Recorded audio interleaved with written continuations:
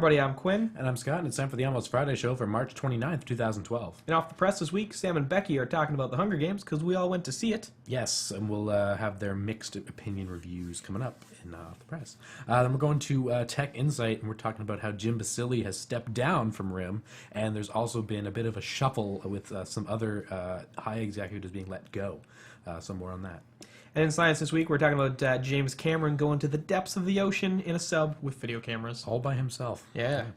Then we're going behind the lens, and we're reviewing the Fuji X Pro 1. We have one here to show you. Absolutely. But without further ado, it's time for Off the Press.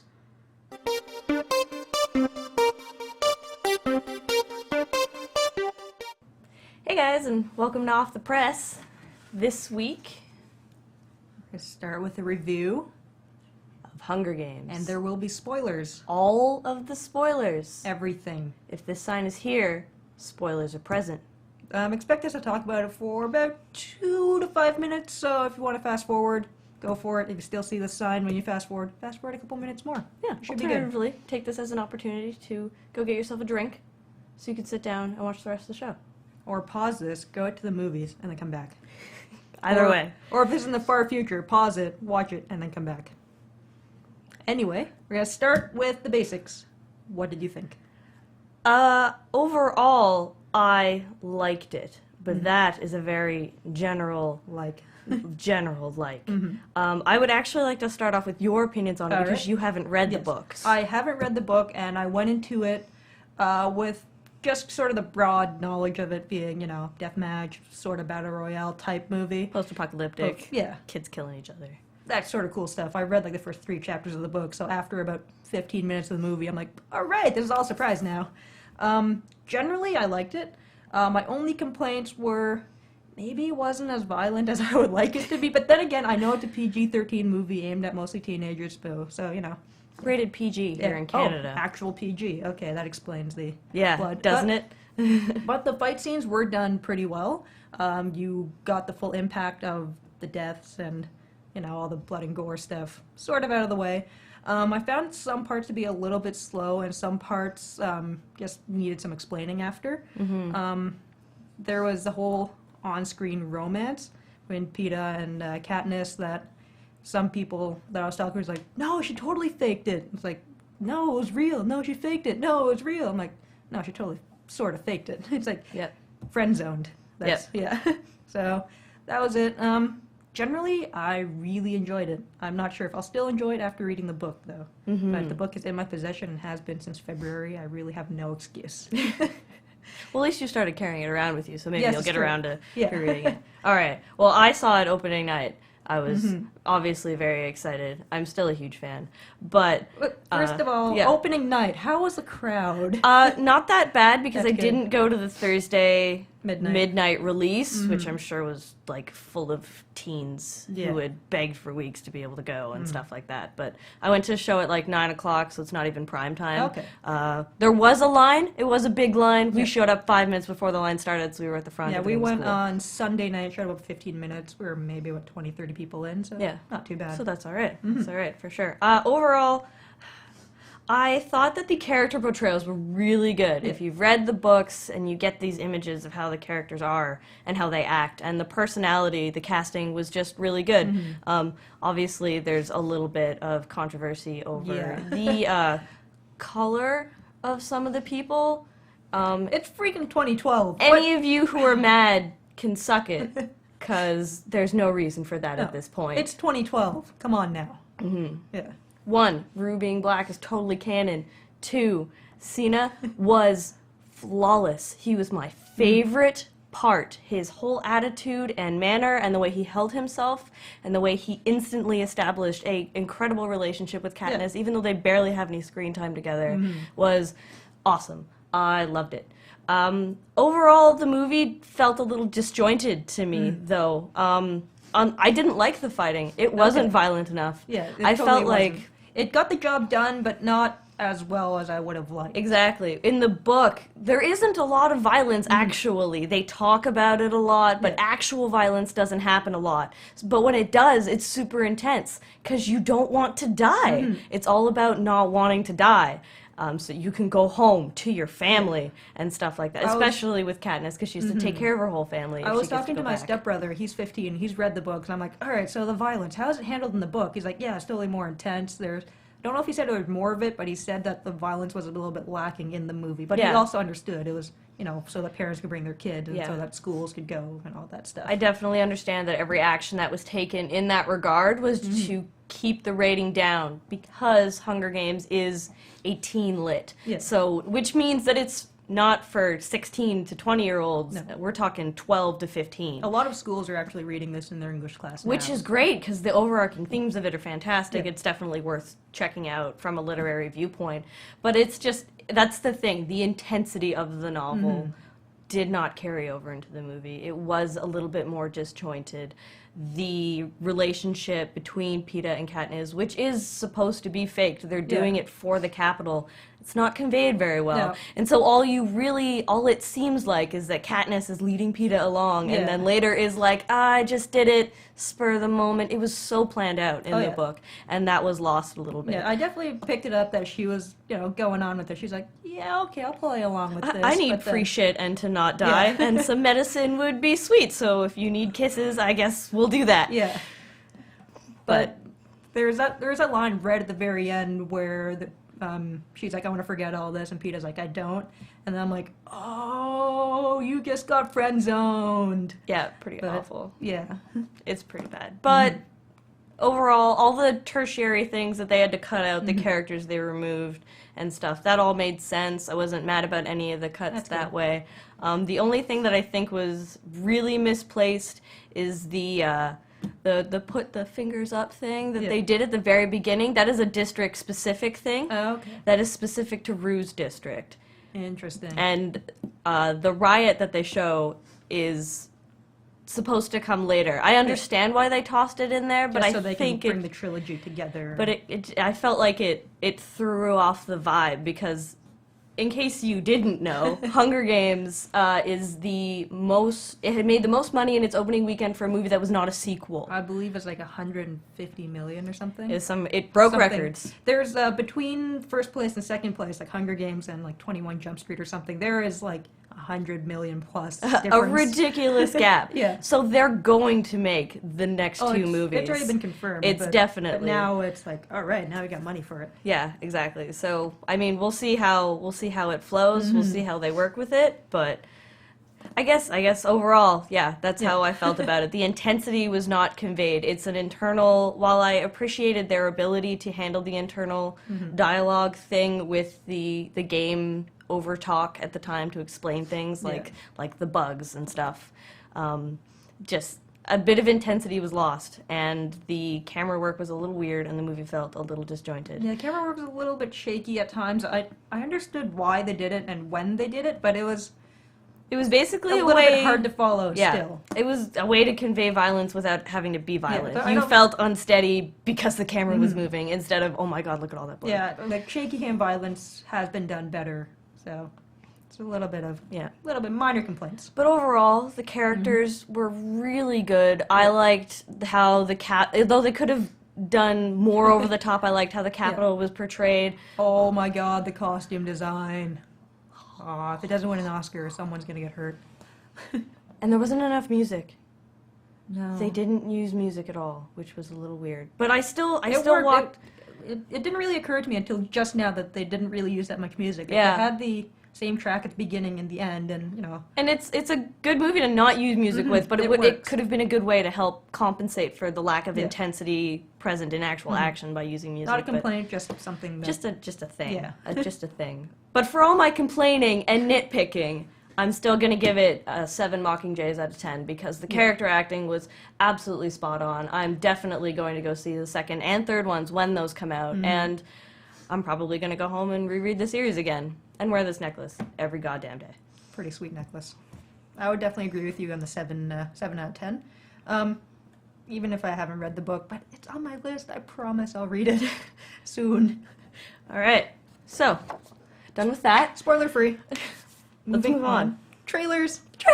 Stuff that we love to do here. We also love talking about Doctor Who. Yes. Series 7 trailer. Already? More like the first episode, or like one episode of season 7. Yeah, one episode plus like a couple scenes from what Yeah. could be a different episode. Because I don't think there's snow in the Old West. Yeah. So it looks like this episode, we're just going to call it an episode trailer because it is. It looks like it's set in the Old West. Yep. Exciting. Which is There's cool. like cyborg monsters in it, New hats. new hats, or the same Stetson. Yeah, that's Maybe. true. Maybe it's the Could be. same. Anyway. Continuity, what a notion. Could be pretty cool. There's also a famous American sci-fi actor, Ben Browder. Yay! Exciting. From Farscape and Stargate. For all you who don't know. Was it Farscape? I Yes. think so, yeah. Yes, it was. Herp-de-derp. I've Anyway. watched enough of Farscape. Yeah. Definitely. So he shows up, not sure if he's like a really big role in this episode or just sort of a, Tossed in because Yeah. he can be. who knows? Either way, it's a good trailer. And you guys Super should definitely exciting. go check it out. I'm super pumped. And now something that you showed me earlier today. All right, guys, animation time. So, DreamWorks has announced their new big thing, Rise of the Guardians, which, unlike Pixar's general thing where they tell you about it and then like 2 years later, Yeah. after you've been biting your nails, they give it to you, the Rise of the Guardians trailer is out and the movie is slotted for release in November. It's basically, the premise is all the little things you believe in as a kid, the Easter Bunny, the Tooth Fairy, stuff like Santa. that. You know, they're real, they're a force, and they protect kids. Of course they do. They're kind of like superheroes, but sort of. Yeah, basically. basically. Mythical superheroes. It's pretty cool. And, you know, new threat. Pretty standard children's thing, but Yeah. the character designs look really cool. Of course, as DreamWorks does, they've slotted some sweet voice acting for it. Pretty sweet. Jude Law and Hugh Jackman are the only people that I know for sure are in there, because it's a little early, but it's going to be pretty cool. Their website's really cool, Their okay? website is gorgeous. Oh my god. So, you know, like, we have the trailer in the show notes, but I would take the time to go to the website, to the just to go website, look just- at the pretty things. It's like mouse over things. It's all really pretty. Just to go touch. And guess that's it for the news this week. On Yep. to new releases. In theaters this week, we have Wrath of the Titans. Doo-doo-doo. I'm sure that's some It's pretty. some green eye candy. Yeah, it's eye candy, so if you're gonna go watch it, you better catch it in the theaters or else it'll be really disappointing. Alternatively, you could sit at home and watch 300 again. Yeah. And Mirror Mirror comes out this week. It's not Snow White and the Huntsman. It's Mirror Mirror. Nathan Lane is in it. Yeah, I like Nathan Lane, he's cool. He's funny. but he's probably not enough to get me into the theater to go see this No. one. It looks a little silly and a little too close to every other Snow White thing that's Yeah. been done before. I would probably watch this if this was on TV or something, or you Yeah. know, some way where I didn't have to pay for it and didn't really have to pay that much attention to it. It looks interesting, and you know, it looks good, but not like visually good, not content good. I'm only seeing one Snow White movie this year, Yeah. so it's I'll only pay for one Snow White movie not this gonna, year. not gonna be this one. No. And on DVD and Blu-ray this week, kind of a small week. Mostly TV series. We have Eureka season 4.5. I hate how you people do that. And South Park season 15. Yep. But not new out this week, but it's coming, and we've been waiting for it. They're actually going to get around to releasing Adventure Time Season 1 Sweet. in its own DVD pack, which is really pretty looking, by the way. That's coming out July 10th. We will remind you before it comes out so that you Oh know my to get God. ready. You're going to hold a copy for me, right? I'll try. We'll Good. probably only get like 3 copies, but Well, I'm going to buy one of them. yes. And in games this week, Tiger Woods PGA Tour 13. It's pretty. And you can do your custom golfers and like scan your face and do hilarious things. All right, well, as long Yeah. as the character creator is interesting, th- then... there is character creation in this game for you character creation nerds. Now you too can golf with Tiger Woods on professional greens, golf courses. pink golf pants? Yes. Yes. Absolutely. You can golf on courses you can never hope to afford. Awesome. Sounds great. It is actually a really good game though. It's been reviewed really good. So, All right, well, so sports Yeah. games are your thing, then there's some pretty cool character creation tossed in there for you. and that's it for Off the Press this week. Bye, guys.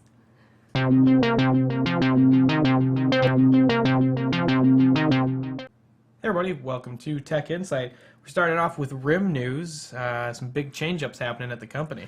Yeah, so this afternoon, Jim Beccy, who was a co-CEO, still chairman of the board, has stepped down from the board entirely. So he's officially retired from RIM altogether, has nothing to do with the company anymore, which is a big move because he is a co-founder. Yeah. So he's been with RIM since the beginning, and he no longer wants a part of it. He wasn't asked to leave. He left. Interesting. So that's one interesting thing. The other thing is the new CEO is having a shakedown. All right. The CTO is gone. This Chief Technology Officer for software, and the Chief Operating Officer for global operations is also gone. So the new CEO is kind of stepping in and just changing up his team entirely, which is interesting because the CEO, Thorsten Heinz, was an executive at RIM for years. 3 or 4 years. So he's taking this team that he's worked with forever and just kind of canning them all. So that's interesting. So we'll see what happens then. This is all leading up to, I think it's tomorrow they have their earnings call. Anyway, their earnings call is coming up. And essentially we're looking at a 20% reduction in earnings year over year, which is not good. No. And that's due to basically all the money they put into playbook development that didn't come back in sales, the reduced BlackBerry sales. Basically, they've spent all this money on R&D and gotten nothing back from it. In fact, their sales have gone down year over year. So hopefully the new CEO can do something. I mean, the only way I look at this is that it can't get any worse. No, I mean, their stock, I mean, they're still making money. It's not like they're losing money. But they're not making what they used to be making, and it's on a decline. Yeah. So that's never a good place to be.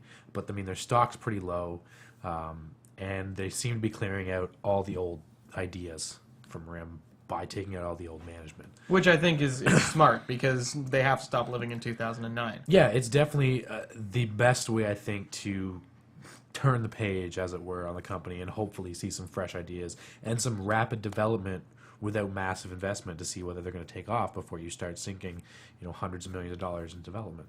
So we'll wait and see what happens. I'm not too excited about what the exact earning figures are, but they are down a decent amount from what they were expected, which is not going to be good for stock prices. No. But they don't have that far to fall. Yeah. So could be an opportunity to rebuild, but interesting that a lot of changes are coming.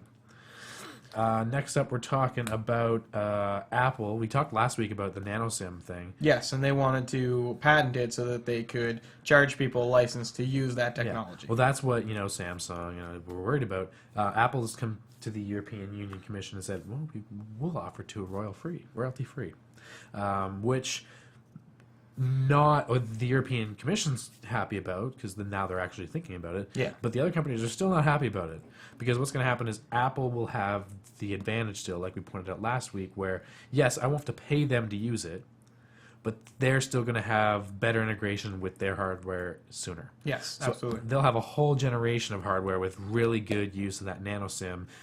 Their phones will be a lot smaller, a little bit smaller, that much more efficient, because they've had access to the NanoSim development. Whereas, RIM is going to have to go basically put an adapter in for the first generation and then go re-engineer. So they're going to be the step behind, which is what they're worried about now. So I think it's a good step for Apple to go, no, we'll give it royalty free. I still don't know if it's the phone manufacturers who should be making these decisions, or whether it should really be the carriers and the governing body going, this is what we need to use for this technology. Or whoever, finalizes things like GSM specs, it should just be a standard and it shouldn't be influenced by market factors. Mm-hmm. It's kind of a power play type segment this week. We're going on to Rogers Live TV. So we talked about Bell Live TV. Yeah, It's so all these mobile are TV. these are apps that you can get on your phone so that you can watch television stations live on your phone. Yeah, so that's what Bell Mobile TV is. Yes. Now Rogers has released what they're touting as the competitors, Rogers Live Mobile. However, it's not the same thing. Okay. Same price point, interesting enough. So app is $5 free. an hour? $5 a month. Oh, $5 for a 5 month. hours. Okay, all right, for so 5 hours. essentially $1 an hour. Yeah. And $1 an hour past that. But you have to pay that original $5 an hour. And that works over 3G and all that kind of stuff. It'll work over LTE. However, on Bell, you're looking at like 20 channels of live viewing. Yeah. So you can whip up TSN and start watching the hockey game or watch. Yeah, I think I heard a radio commercial today saying 25 channels was what Bell was advertising. So Rogers is advertising limited programming. Okay. Not even channels, which is interesting. Well, because they can't offer you something like TSN, because that's a Bell property. Yeah. That's owned by Bell Media, which is owned by BCE. Yeah. So, things like that are not going to work as well. They're touting you can watch every Blue Jays game live, is their big push right now. maybe if you're a really big Blue Jays fan. Yeah, I mean, if you're a really big Blue Jays fan and you don't want to pay to have that channel on your television, it's probably a lot cheaper to do it this way. Yeah.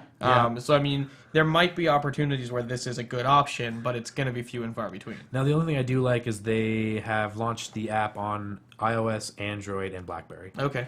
Which I don't believe the Bell app is available on and on BlackBerry. I think it's available on Android. Yeah. I'm not 100% sure. I think I heard that it was available on BlackBerry as well in that ad that I heard, but I could be wrong. It might be, yeah. They weren't really touting it when it first came out, but so basically what I'm saying is, Rogers, this is not a competitive offer. Mm-hmm. It's, you know, you can also watch Raptors games. Those are the two teams that Rogers owns. So if you live in Toronto, you might like it, but if you live anywhere else and don't care about Toronto teams... Well, I mean, this is not a live TV offering. This is a very specific program. Yeah, sure, you're going to get to watch the games live. Yeah. But this would be better wrapped into a sports app. Well, now, I would like this if it meant that I could choose individual shows to watch. Like, if I wanted to watch episodes of Castle or something, then I might like it better than the Bell app because I have to watch what happens to be on there. If they tailored this more to, like, here's the content you can choose from, and there was a good enough content, I could see it being a good option, but the content would have to be there to justify the not live. Yes, and Rogers has tried that. They have this on-demand thing, but Yeah. the on-demand web portion's not very good. And the on-demand on the TV, you have to have a big cable plan for, Yeah. and it's usually outdated stuff. Yeah. So I think this is kind of a miss for Rogers, especially when Bell's features are so good. But at the same time, Rogers doesn't own things like CTV and Discovery and TSN and Space Channel and stuff like that, where Bell does.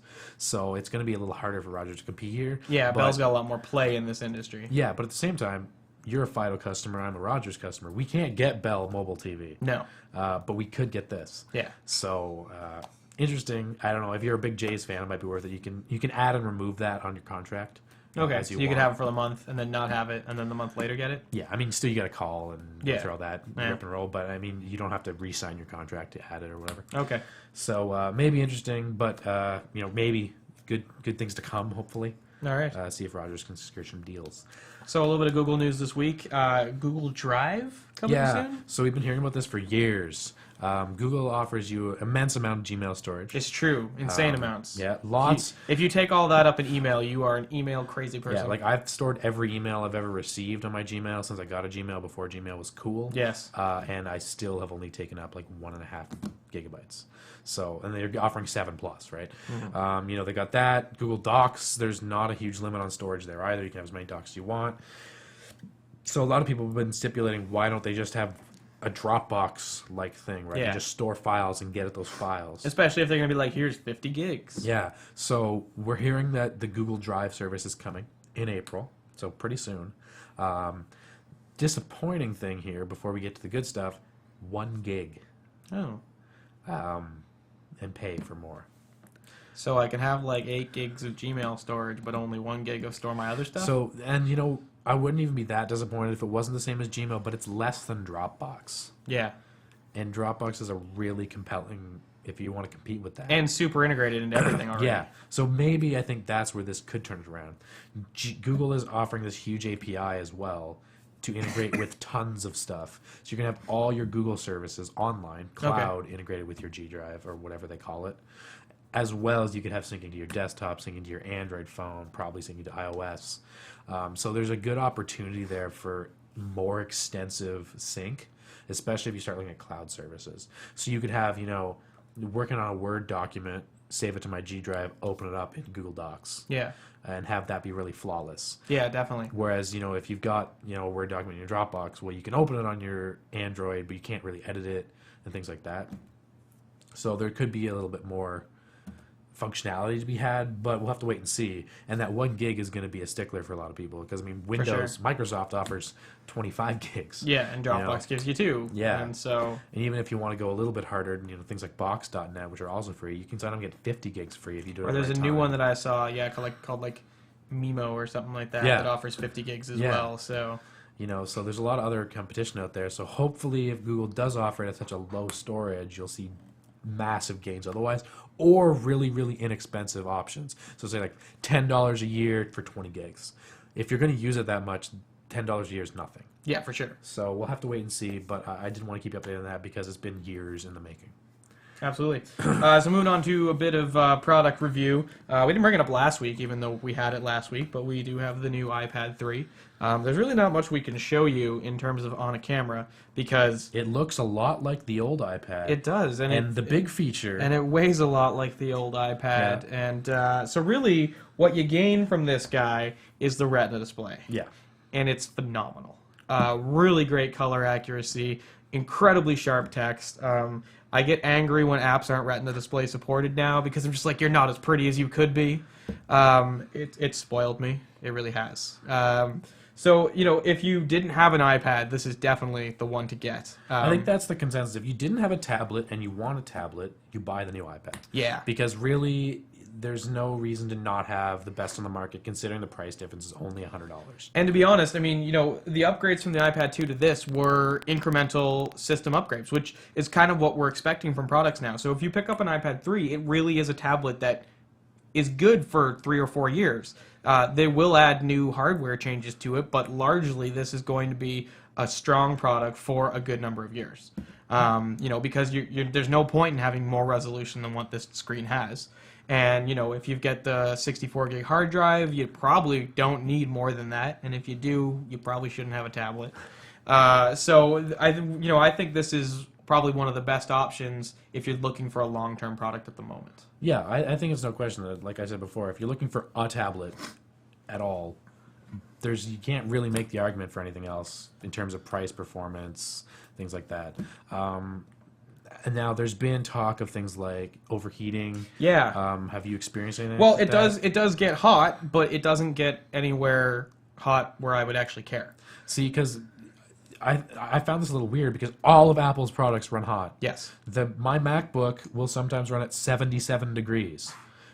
It's not broken. Yeah. That's how they've designed it. Now, it's not horribly comfortable, but that's how it's designed to run. Yeah. So, I mean, it does get warm to the touch, but it never gets to a point that I've found is uncomfortable. And from what I've read, it's only about 5 degrees hotter than the iPad 2.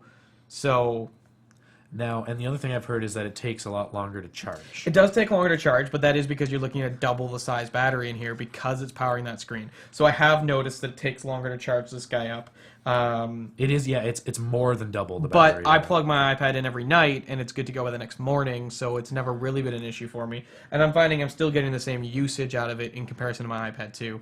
Yeah, and that's the thing, is Apple's always very accurate with their battery usage numbers. Yes. So when they say 9 hours, you can probably get 9 hours.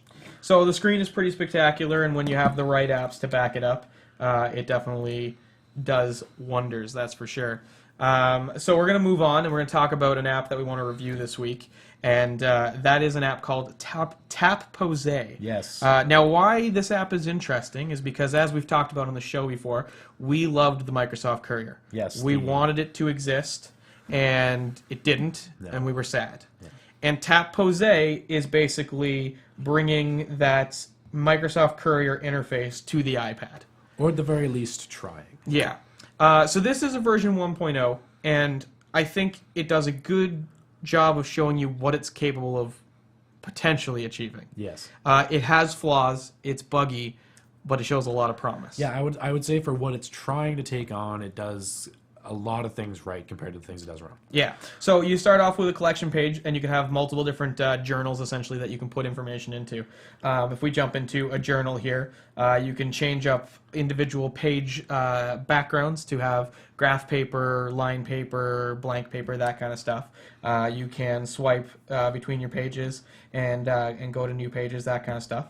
There's multiple ways of inputting stuff. If you click the little bin on the side, you can get a pen for drawing stuff. What I like about the drawing mode is it has a pinch to zoom mode where it'll actually zoom in, and with 2 fingers you can move around, and then you can write in a smaller space what you want to have, which would hopefully make it more legible. And when you get to the side and stop, it will keep moving so that you can keep drawing. And then if you pinch to close, you can jump back out. Now, obviously, that's not legible, but I'm not very good at using my fingers to draw things. You can also, obviously, erase stuff if you need to. You can come in here and highlight stuff if you want to make a note of something. You can also use plain text, which is something that you don't always find in journal applications. Yeah. A lot of them are like, oh, you can draw, but we can't input any text. It's a little weird when you want to type because when you touch on the page, even if there's stuff already on it and you touch somewhere lower, it always jumps to the top. So you might have to space down a couple of times before you can actually type something into the field. You can throw sticky notes on here. You can punch a bunch of them up if you want to. You can move them around. You can delete them. If I grab one, I can obviously type into it. I can resize it if I want to, move it around, that kind of stuff. And what's really cool is that you can embed photos, video, and audio. Yeah. And I like the audio because if you're using this to keep notes and track of stuff, you can record an audio segment, hit that record button, it's going to start recording what we're talking about. So you could be saying, well, these notes are about this chemistry test that I'm working on, and I need to know about the hydrocarbon atoms or something like that. And then once you stop it, you can save it, and it's going to take that audio file and embed it into the page. And it shows up on this little sidebar, which we'll talk about in a second. And then you can drag it over. If I select it again, I can move it and resize it if I want to, and put it anywhere on the page. Now, where this becomes Microsoft Courier-like is really what you can achieve in this sidebar. And if we grab this bottom side and drag it sideways, we can either go to a full web page view or we can scroll to somewhere in the middle and it'll do both for us.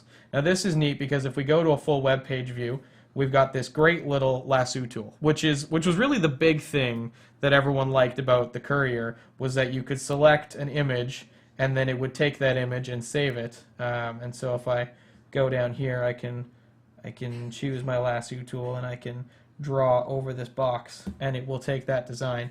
And now I can move back over to the page, grab that little snippet and drag it off of the midbar and put it into my journal and move it around and resize it and all that kind of stuff. And it does do that fairly well. Yeah. I mean, it cuts, it's easy to use, and it's fairly seamless the way that feature actually works. So a couple of problems with the app is it's sluggish. The performance isn't fantastic. There's some weird design flaws. Like if you want to get to your settings, you actually have to click the page numbers up at the top, and then you can get into settings, which is weird. Like, guys, everyone uses a gear icon for settings. And there's room for one. There is, yeah. And then if you want to change some options like your paper type, I was like, oh, hey, great, there's some paper. I want to make this page. Oh, well, that didn't work. Nothing happened. It just closed. But then I found out that if I go to paper type and drag it, then it will do it. But it was just, weird stuff that I couldn't really figure out. Sometimes swiping the pages are weird and all that kind of stuff. So at this point, I like what this app is trying to achieve, and I'm really hoping that they can hammer out all the flaws and add, like, you can't import PDF documents or things like that, which would really give it a step up. But presently, I think it's worth checking out, but it's $3, so maybe wait a little bit longer. However, I'm going to keep it on my iPad because I want to see if it's going to get better, because I think it does have the potential to be a really fantastic sort of scrapbooking program. Yeah, and I mean, they've taken on a really big project, right? Absolutely. So considering that's just the 1.0, I think that's pretty good considering what they've taken on. Yeah.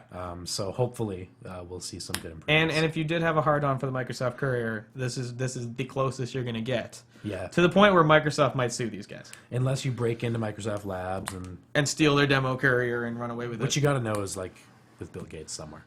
Yeah. All right, and that brings us to the end of Tech Insight for this week. It's kind of alive! Nah, it's still dead. Oh. Hey everyone, welcome to Science This Week. Yep. We've got a theme this week, and it's billionaires in the ocean. Yep. And it's fitting. It works. It's kind of about time. Starting it off with the most high-profile billionaire in the ocean is James Cameron. Yeah. So we already know James Cameron is an oceanographer. Yep. He found he didn't find the Titanic, but he did go down. Mm-hmm. And, of course, used it for the movie. He's really into that stuff. Yeah, he's very big into oceanography. A lot of people forget that. He's been in... I'm reading the, I believe, National Geographic article. It says that he's been into it for about 50 years. Yeah, to varying degrees. It's actually really funny that when people sit there and talk about James Cameron, they're like, "Oh, he's a great director." Yes, he is. Yeah, great filmmaker. But he's also very passionate. Yeah, he's a passionate explorer. Really, you can think of it that way. He's actually a National Geographic dude. explorer. Yeah.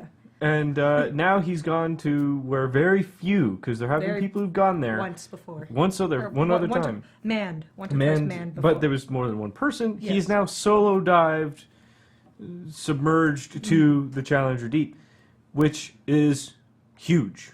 He did this on his own. He did this by his lonesome in the capsule, Yep. with, of course, a whole bunch of people dropping him into said ocean. And a whole bunch of really cool scientific equipment as well as filmmaking equipment. Yeah, so he went down with a whole bunch of scientific things and saw basically nothing, Yeah. which sucks. Because what happened was he had a whole bunch of hydraulic failure. Yep. All his lines ruptured because, well, he's at the bottom of the He had some ocean. technical difficulties. Yeah, technical difficulties. Because of the rupture, there's a whole bunch of hydraulic fluid floating around him, so he can't see. He saw some cool. It says in the article here that he saw some interesting things, but it was all generally pretty anticlimactic. Yeah. So there is footage of this, but there isn't. He was supposed to bring stuff back up, but unfortunately he couldn't on this. Yeah, he wasn't able to. They sent down, like, they called it the rendezvous sort of lander. It had, like, food and other bait attached to it, so they sent that down a few days before because they wanted to see if they could attract anything to it, anything that would live down there. But because of these technical difficulties, wasn't able to make it over there, which would have been really cool. But he said it was very lunar, is how he put it. If I'm quoting, he's very lunar, very desolate. But still, this is a huge thing. What amazes me is, of course, the engineering of the prototype capsule he went down in. If all you really lose is, your hydraulics, and that's really about it. Yeah. And he, what else? There was something else that failed, but it was okay. That's pretty good. I just like how he said the entire thing, because instead of going down like a submarine, kind of horizontally, it went vertically. vertical. Yeah, like a torpedo. Yeah, exactly, like torpedo or a bomb being dropped. Yep. And the whole thing crushed down 3 inches. Yeah, so compressed by 3 inches, which is a little bit scary considering he is pretty much like. He's curled in a small little glass sphere. Yeah. He is pretty cozy in there. Yeah. Apparently not that cozy because of condensation and dripping and Yeah. He general was, discomfort.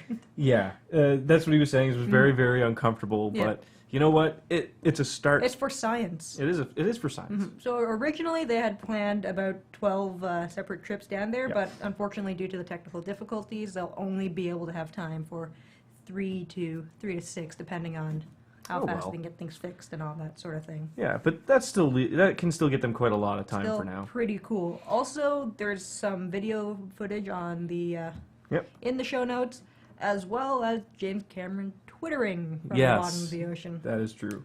Fun. It should be noted that he was supposed to be. He estimated that he was down there for a lot longer than he was, unfortunately. But he was supposed to be down there for about 5-6 hours. Yeah. It took him 2 hours and a bit to get down there, and then I think About 70 minutes to get back up. So he kind of came back a little faster than he thought he should have, but he's okay. Yeah, he's fine. So He'll be fine. that's actually really cool, though. He Yeah. made it down there, and everyone was sitting there going like, "Oh man, hopefully this doesn't fail. Hopefully we'll actually get something down there. Hopefully we'll see something." We didn't see anything yet, but we've been down there. Hopefully in the next couple of trips they'll see some cool stuff. Yep. And fingers crossed for a sweet documentary on this. Mr. Cameron, we wish you the best of luck. And on to our next eccentric billionaire in the ocean. The other eccentric billionaires. This one with a space connection. Yeah. So Jeff Bezos of Amazon, CEO of Amazon, as well as another rocket company, I believe, Blue Origins, has discovered where the engines of the Apollo 11 landed in the ocean. So this is kind of cool because people have been looking for them. Yeah. NASA kind of was, but at the same time, like, They're the like, unused ones. we've got tons of them lying around. We have all the other ones. Not a big deal. Do you have any left? A few. We got a few back there. We got a few used ones over there in the Smithsonian. Whatevs. So they weren't really in a rush to find these things. No, it's kind of been 30 Years. to 40 years. Yeah. But our friend Jeff Bezos decided that he would put some money toward it, throw a bit of dosh out, and find He it. is a space enthusiast. He is, He's and crazy with this stuff, which is cool. He's actually done a lot to try and find lost things like this. Lost little artifacts, things that. A lot of the stuff is in his personal collection, but he's also donating a lot to museums. Yeah, because a lot of it hasn't been seen since. So these guys here, they haven't brought them up yet, but there will be plans to bring them up in the near future. However, Jeff Bezos has told NASA about them and said that hey guys, since it's your property, you can bring them up whenever you feel like, but just to let you know, we're going to try to bring them up in the near future. Yeah. So, he's also being very tight-lipped as to where they found them. Yeah, because I guess he doesn't want people. Yeah, he doesn't want all these people flocking Yeah. around.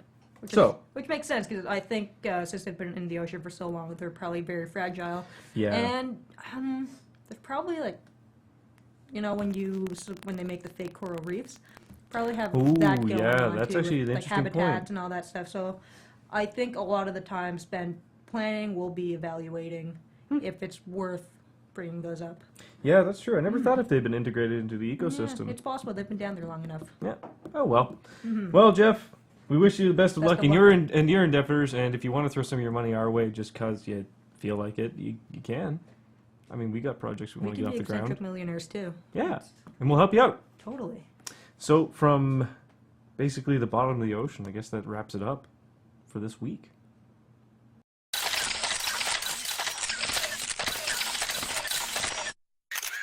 Hey everybody, welcome to Behind the Lens this week. We've got just gear for you this week, but a big one. It's true.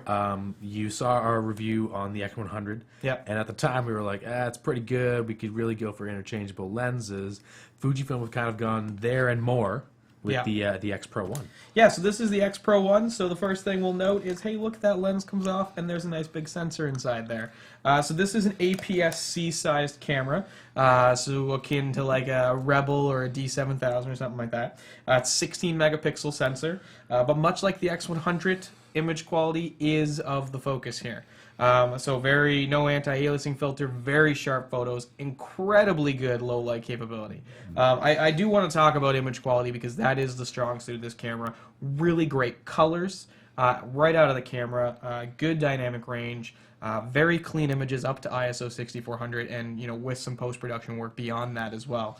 I got a chance to take it out, shoot with it in a variety of different situations. I was very pleased with the results from the camera. Yeah. So if you're looking for something that is, the king of APS-C image quality right now, this would be the go-to for me. Now, it's not a Fuji camera unless it's got weird Fuji camera quirks. Much like the X100, we're still looking at a hybrid optical electric viewfinder. So you have the glass viewfinder. When you turn the camera on, you can switch to an electronic viewfinder by pushing the little button on the side, exactly the same as the X100.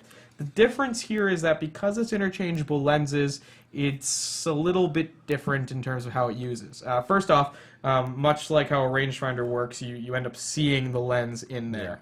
But rangefinders typically use this little focusing box that when you use manual focus shows you an overlay of your image when it's in focus or out of focus. Because this is a digital camera, it doesn't have that.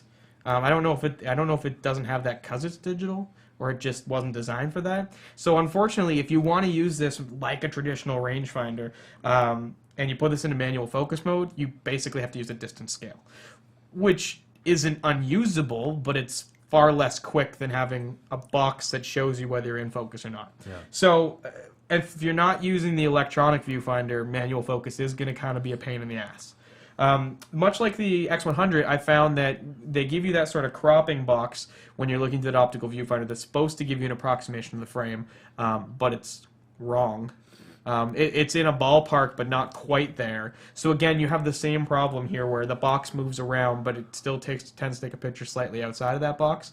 So for me, the optical viewfinder is really nice, but because of those problems, you're much better off using the electronic viewfinder because you know exactly what you're getting and you can see your focus. And when you use manual focus, it does that punch in so that you can fine tune your focus. So that's kind of my qualms about the optical viewfinder, is that I feel like it's a little less useful on this guy versus the X100 that had a fixed lens that you didn't see in the frame and all that kind of stuff. But the camera is very similar to the X100 in its layout. You've got the large button for choosing your shutter speed. You've got your exposure compensation button. You've got your aperture on the lens. You can go from automatic to any of your aperture adjustments on the lens. It's using the same thread-in traditional style bulb release, which is nice. The camera itself is bigger than the X100 because it has to accommodate the extra features that have gone into. But it has a really great rear screen. Yeah, I think it's like fantastic. 920,000 dots. The color reproduction is really nice. The button layout is definitely more usable than the X100. But there are still weird quirks that I find don't really work. For instance, if you want to change your AF point, it's on this side of the camera as opposed to being one of the buttons here. And I find that's a little weird because when you're holding the camera up to your face, your thumb is kind of already where the back wheel would be. So it makes sense to just kind of tap the button and then move your focus point. But this one you have to take your other hand and find which button, then push it, then use the thumb pad afterwards to then move your focus point. So it seems a little bit backwards that they'd put some of the autofocus and drive buttons on this side of the camera as opposed to putting them here. Now you can program your function button, so you can change that to like white balance or ISO, because again there's no dedicated buttons for it. I haven't spent a lot of time with it, but I'm fairly certain I wasn't able to reprogram any of these buttons, which I think would be really nice.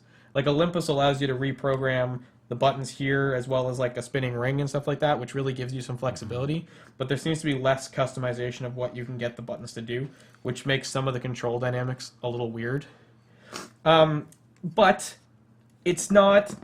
I'm not as disappointed with the operations of this camera as I initially was with the X100. I like this better and find that they did solve some of those problems, and it's not as finicky.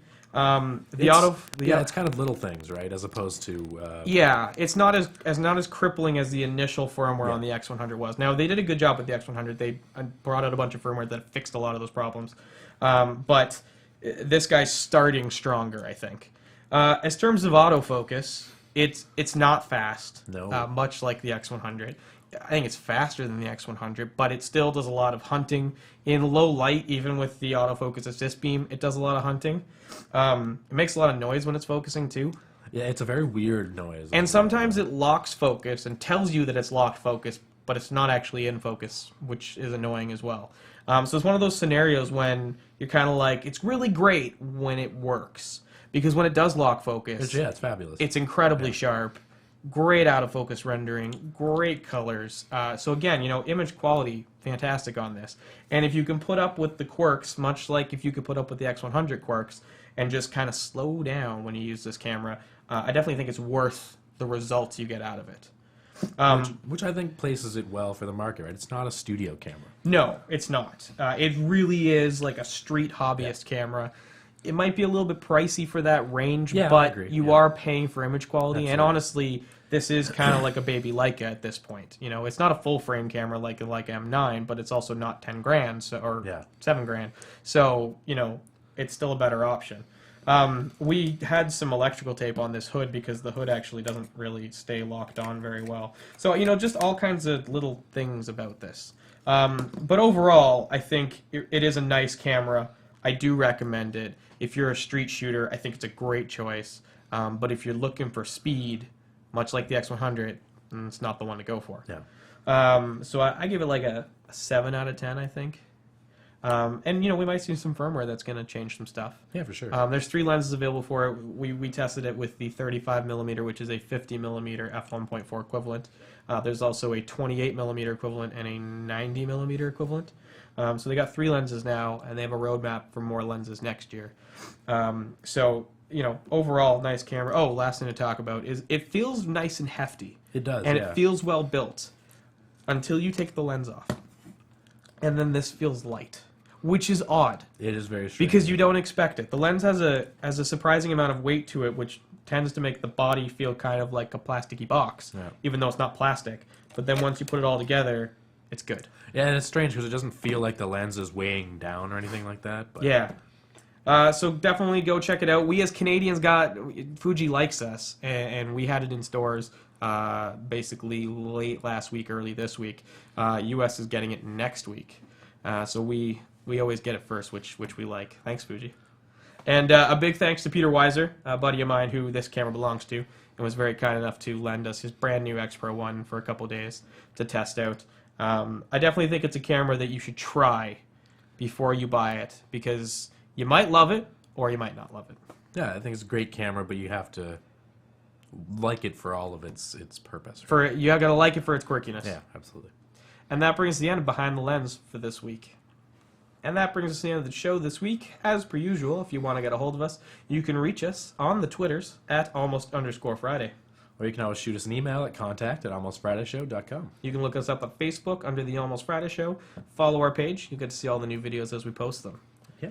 So until next time, hey, there's this NASA stuff in the water that you should go. Yeah, go find. after it. Yeah, do it. Yeah. And then take pictures and post them to the web and become internet famous for finding NASA underwater And stuff. screwing over Jeff Bezos. Yeah.